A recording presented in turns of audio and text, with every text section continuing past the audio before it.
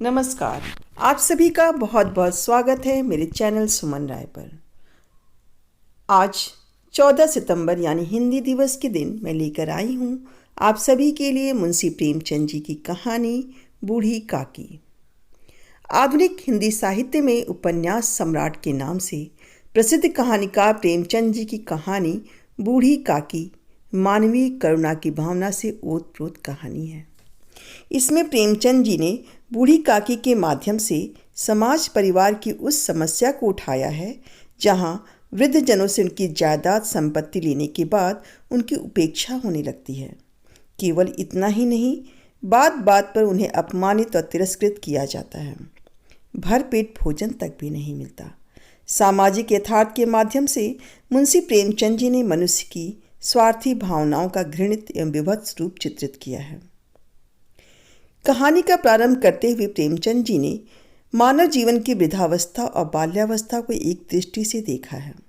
इसमें कोई शक भी नहीं है, बूढ़ी काकी में जीभ के स्वाद के अलावा अन्य कोई इच्छा नहीं थी। उसे विधवा हुए 5 वर्ष का समय व्यतीत हो चुका था। उसके जवान बेटे भी असमय मर चुके थे। इस संसार में ऐसा कोई नहीं था जिसे बूढ़ी काकी अपना कह सके। था तो केवल उसका दूर का भतीजा बुद्धिराम। भले मानुस पंडित बुद्धिराम ने बूढ़ी काकी के सामने लंबे चौड़े वायदे कर उसकी सब संपत्ति अपने नाम लिखवा ली। पैसे का लालची बुद्धिराम बहुत जल्दी ही बदलने लगा। बुद्धिराम की पत्नी रूपा भी व्यवहार से कठोर थी, लेकिन ईश्वर से अवश्य उसे डर लगता था, इसलिए वह बूढ़ी काकी से दुर्व्यवहार करते समय डरती थी। बुद्धिराम उसकी पत्नी का व्यवहार बूढ़ी काकी के प्रति दिनों दिन कठोर होता चला गया। यहाँ तक कि जिस बुढ़िया की जायदाद से 100-150 रुपये प्रति माह की आमदनी थी, वह भोजन तक के लिए तरसने लगी। बूढ़ी काकी जीभ के स्वाद के आगे विवश होकर रोने चिल्लाने लगती थी। हाथ पैरों से लाचार बुढ़िया जमीन पर पड़ी रहती और अपने प्रति उपेक्षा भरे व्यवहार पर चीखती चिल्लाती। बुद्धिराम के दोनों बेटे भी उसे चिढ़ाने परेशान करने में खुश होते थे। यहाँ तक कि वे दोनों उस बुढ़िया के ऊपर अपने मुंह का पानी भी उड़ेल देते थे। लेकिन बुद्धिराम की बेटी लाडली बूढ़ी काकी से बहुत प्यार करती थी। लाडली भाइयों से तंग होकर बूढ़ी काकी की कोठरी में आ जाती और चना चबीना जो कुछ भी होता था मिल बांट कर बूढ़ी काकी के साथ खाती थी। कुछ समय बाद बुद्धिराम के बेटे मुखराम की सगाई थी, जिसमें भाग लेने के लिए काफ़ी मेहमान आए हुए थे। सारे गांव में खुशी का माहौल था।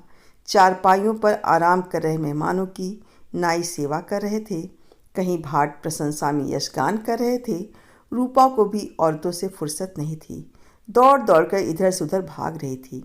हलवाई भट्टियों पर काम कर रहे थे, कहीं सब्जियां पक रही थी तो कहीं मिठाइयाँ बन रही थी। खाना पकने की सुगंधी सारे घर में फैल चुकी थी।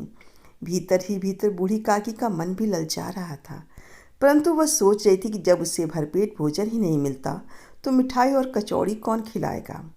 रह रहकर उसकी जीभ लपलपा रही थी। और दिन होता तो वह रोज़ चीख कर सभी का ध्यान अपनी ओर खींच लेती, लेकिन अब शकुन के भय से वह चुपचाप बैठी थी। धीरे धीरे उसका मन बेकाबू होता चला गया और उकड़ू बनकर हलवाई के कड़ाहे के पास जाकर बैठ गई। अचानक रूपा की नज़र बूढ़ी काकी पर पड़ी तो आग बबूला हो उठी और बूढ़ी काकी को खूब भला बुरा कहा। अपमानित होकर भी बूढ़ी काकी कुछ नहीं बोली और रेंगती हुई चुपचाप अपनी कोठरी में चली गई। काफ़ी समय बीत जाने के बाद भी बूढ़ी काकी की किसी ने सुध नहीं ली तो उसका मन बेचैन हो उठा। तरह तरह के विचार उसके मन में आने लगे। सभी लोग खा पी चुके होंगे, तेरी याद किसी को नहीं आएगी। इसी बीच उसकी भूख जोर पकड़ने लगी और हाथों के बल सरकती हुई लोगों के बीच जाकर पत्तल पर बैठ गई। लोग आश्चर्य से देख ही रहे थे कि बुद्धिराम की नज़र उस पर पड़ गई। उस दयनीय बूढ़ी काकी को बुद्धिराम ने दोनों हाथों से उठाकर कोठरी में लाकर पटक दिया और खूब भला बुरा कहा। वह यह भूल गया कि आज उसे जो सम्मान मिल रहा है वह सब बूढ़ी काकी की संपत्ति के कारण ही है। रह रह कर बूढ़ी काकी स्वयं को कोसती रही। कभी सोचती कि वहाँ नहीं जाना चाहिए था, बिना खाए मैं मर तो नहीं जाती। इतना दुर्व्यवहार होने पर भी बूढ़ी काकी का मन दावत में रखा हुआ था। कभी कचौड़ियाँ याद आती तो कभी स्वादिष्ट रायता, लेकिन लाडली के अलावा बूढ़ी काकी के प्रति किसी के मन में कोई सहानुभूति नहीं थी। रात के 11 बज चुके थे। सभी मेहमान आराम कर रहे थे।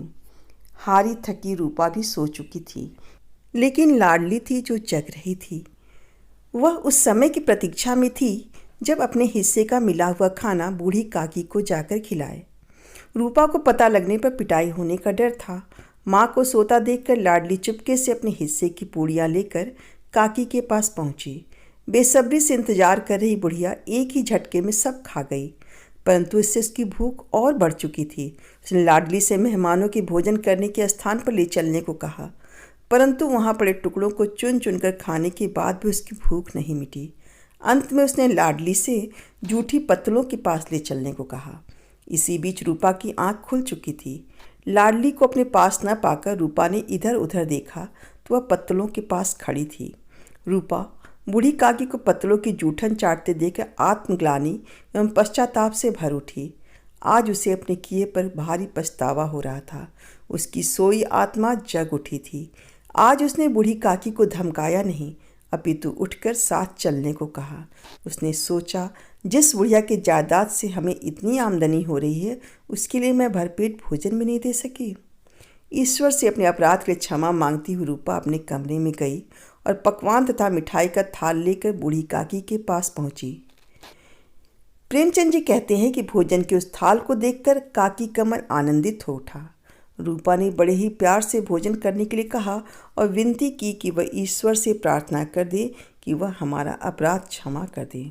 बूढ़ी काकी को उस समय स्वर्गिक आनंद की अनुभूति हो रही थी। इस कहानी में समाज के बुजुर्गों की स्थिति का चित्रण किया गया है।